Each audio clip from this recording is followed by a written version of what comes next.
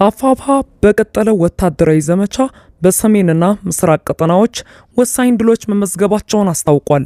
የአውደ ግንባሩ ውሎችን በዝርዝር ተመልክተናል። ፕሬዝዳንት ኢሳያስ አፈወርቂ ካይሮ እያሉ ማስታወቂያ ሚኒስትሩ አቶ የማነ ደግሞ ለአብይ ንግግር ምላሽ ሰጥተዋል። ዶክተር ደሳለኝ ጫኔ ለብልጽግና የሚዲያ መንጋ በሰጡት ምላሽ የባህር በር ማግኘት ብሔራዊ ጥቅም መሆኑን አይደለም፣ እኔ የስምንተኛ ክፍል ፖስተኛ ይረዳል ብለዋል። ዶክተር ደሳለኝ ስለ ባንዳነትም አስረድተዋል። የኢትዮጵያ ኦርቶዶክስ ተዋሕዶ ቤተክርስቲያን ቅዱስ ሲኖዶስ በአርሲ ምዕመናን ላይ የተፈጸመውን ጭፍጨፋ አስመልክቶ መግለጫ ሰጥቷል። ፓትርያርኩ በቪዲዮም ቀርቧል። ሰላም ጤና ይስጥልኝ ክቡራን አድማጮች፣ አብራችሁን ስትቆዩ እነዚህና ሌሎችን መረጃዎችን ታደምጣላችሁ። ለቻናላችን አዲስ ከሆኑ ሰብስክራይብ በማድረግ እንዲሁም ቪዲዮንም ላይክ በማድረግ ይጀምሩ። በቀጥታ ወደ ዝርዝር መረጃው። አፋብኃ በቀጠለው ወታደራዊ ዘመቻ በሰሜንና ምስራቅ ቀጠናዎች ወሳኝ ድሎችን መመዝገባቸውን አስታወቀ።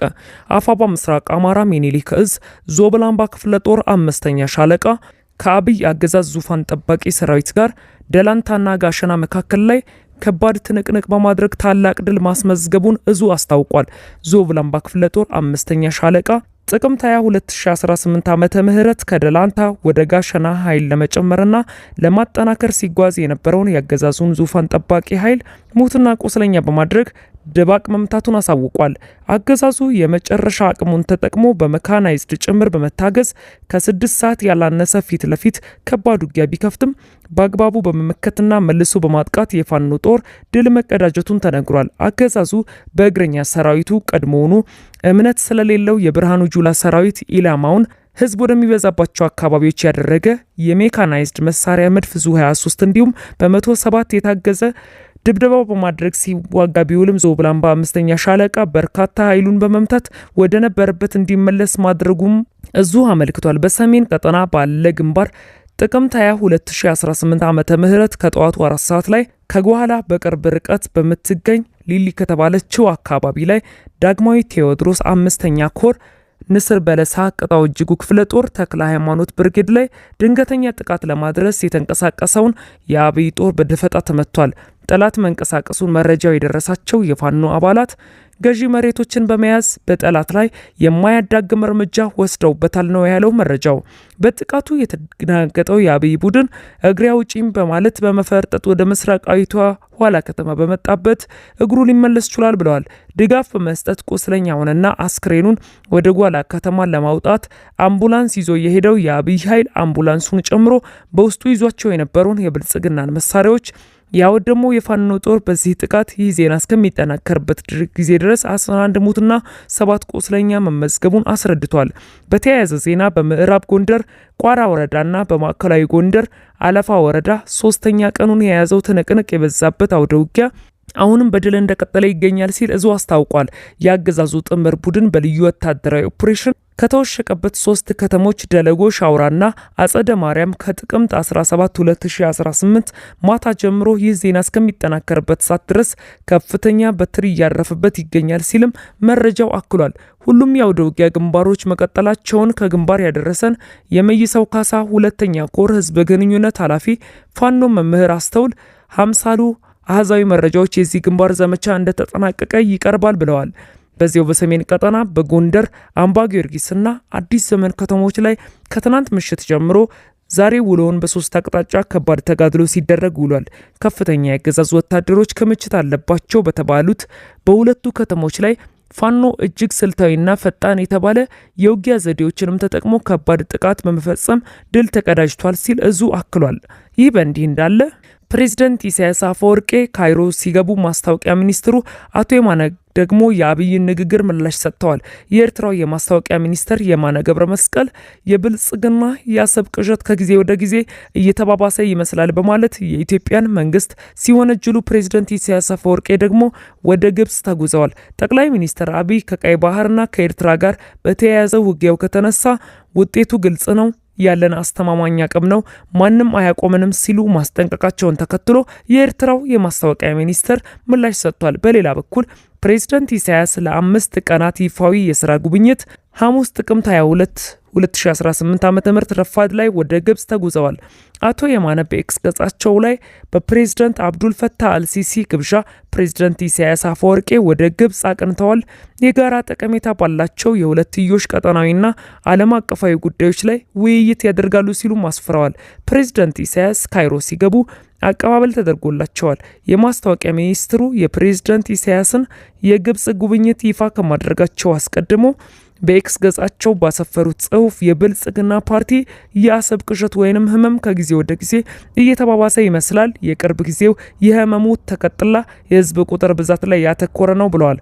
የኤርትራ ማስታወቂያ ሚኒስትር ጥቅምት 19 2018 ዓ.ም በኤክስ ገጻቸው ባሰፈሩት ጽሑፍ እንደተነገረ በኢትዮጵያ ከተሞች ከሚኖረው ህዝብ የኤርትራ አሰብ ነዋሪዎች ውስን ናቸው ብለዋል። አያይዘውም ይህም የብልጽግናን የተንሸዋረረ ስሌት ፍትሐዊ ገጽታ ያላብሳል ሲሉም ከሰዋል። በምክር ቤት በነበረው ንግግርም አሰብን ከተሳካ በድርድር ካልሆነ ግን በወታደራዊ ወረራ ስለመያዝ ተነስቷል ሲሉ የማነ የጠቅላይ ሚኒስትሩን ንግግር ኮንነዋል።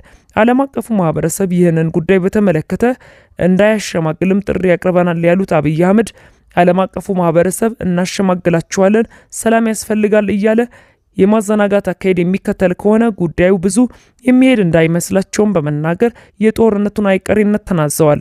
አቶ የማነ የብልጽግና ቂላቂል አካሄድ በዘመናዊ ታሪክ ተሰምቶም አይታወቅም፣ ከማጭበርበር ሚዛን ልኬትም በላይ ነው ሲሉ አክለዋል።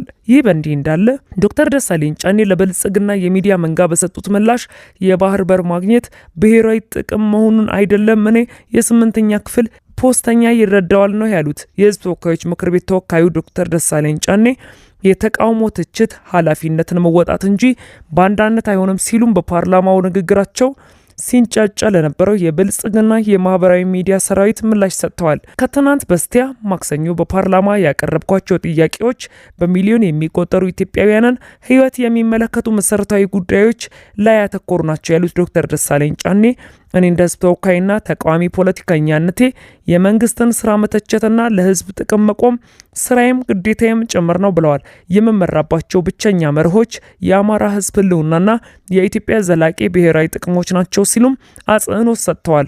ከዚህ በመነሳትም ማክሰኞ ዕለት በህዝብ ተወካዮች ምክር ቤት ባቀረብኳቸው ጥያቄዎች ላይ የገዢው ፓርቲ የማህበራዊ ሚዲያ ሰራዊትና ወዶ ገብ በሸጦ ተቃዋሚዎች ላቀረቡት 3 ክሶች ግልጽ ምላሽ ይሰጣሉ ሲሉ በዛሬው ዕለት አስፍረዋል። የመጀመሪያ ምላሽ የሰጡበት ክስም የአስመራ መንግስት ወኪል አገልጋይና ባንዳነህ የሚለው ነው። ይህ ክስ መሰረተ ቢስ ተራ ስም ማጥፋት ነው። የፖለቲካ ትችትን በባንዳነትና በክህደት ስም ለመምታት የሚደረግ አሳፋሪ ሙከራም ነው። የቤተሰቤ ታሪክ የጀግንነት ታሪክ በላብና በጥረት ሰርቶ የማደር እንጂ በመሽጦነትና በባንዳነት የማደር አንዳችም ነገር የለበትም ያሉት ዶክተር ደሳለኝ አባቴ ወታደር ጫኔ ዳኘው፣ ወንድሜ መቶ አለቃ አያሌው ጫኔ የሐረር ጦር ትምህርት ቤት ምሩቅና የነብሮ ክፍለ ጦር መኮንን ወታደራዊ ደርግ ዘመን እንዲሁም ሌላው ወንድሜ ተስፋ ሚካኤል ጫኔ የወርሶ ወታደራዊ ትምህርት ቤት አሰልጣኝ በኢህአዴግ ዘመን ሀገራቸውን ያገለገሉ ጀግኖች ናቸው ብለዋል። ስለዚህ ባንዳ ያላችሁኝ ታቺዎቼ ባንዳነት ይኖርባቸው ከሆነ በዙሪያችሁ ፈልጉ፣ ከኛ ቤት ባንዳ የለም በሚል መልሰዋል። ከዚህ በተረፈም እግዚአብሔር ይመስገንና በሙያዬ የተማለ መሄጄ ሰርቼ ኑሮዬን ማሸነፍ የምችልበት የትምህርት ዝግጅትና የስራ ልምድ አለኝ። በፖሊሲ አውጪነትና ከፍተኛ አመራርም በቂ ልምድ አለኝ። ስለዚህ ኑሮዬን ለመደጎም የየትኛውም አካል ቅጥረኛ የመሆን ግዴታ የለብኝም። ለጊዜው ግን እኔ ባህር ዳር ህዝብና የአማራ ወይንም የኢትዮጵያ ህዝብ ተወካይ እንደ ራሴ ነኝ። የምወክለውም የኢትዮጵያን ዘላቂ ጥቅም ብቻ ነው ብለዋል። በፓርላማው ንግግሬ ብሔራዊ ጥቅምን ለማስከበር የሚደረግ ማንኛውንም አይነት ዲፕሎማሲያዊ ጥረት እቀበላለሁ ብዬ በግልጽ አመላክቻለሁ። የባህር በር ማግኘት ብሔራዊ ጥቅም መሆኑንም እንኳን እኔ 8ኛ ክፍልን ያጠናቀቀ እንኳን የአንድ መስሪያ ቤት ፖስተኛ እንኳን ይገነዘበዋል ሲሉ ፖስተኛውን ጋሻ መርሻን ሸንቆጥ አድርገዋል። መንግስት የባህር በርን እንደ ህልውና ጥያቄ በማቅረብ ሀገሪቱን ወደ ጦርነት አፋፍ እየመራ መሆኑን ተችቻለሁ። የኔ አቋም የባህር በር ጥያቄው በሰላማዊ በህጋዊና ሰጥቶ መቀበልን መሰረት ባደረገ አካሄድ ብቻ መፈታት አለበት የሚል ነው ሲሉም አሳውቀዋል። ጦርነትን የሚጋብዝ አካሄድ መቃወም የሀገር ፍቅር እንጂ ባንዳነት አይደለም ሲሉም ገልጸዋል። ክቡራን አድማጮች ለሰዓቱ ያጠናቀርኩላችሁ መረጃ ይህን ይመስል ነበር። ከጥቂት ሰዓታት በኋላ በሌሎች መደመጥ ካለባቸው መረጃዎች ጋር የመመለስ ይሆናል። እስከዚያው መልካም ቆይታ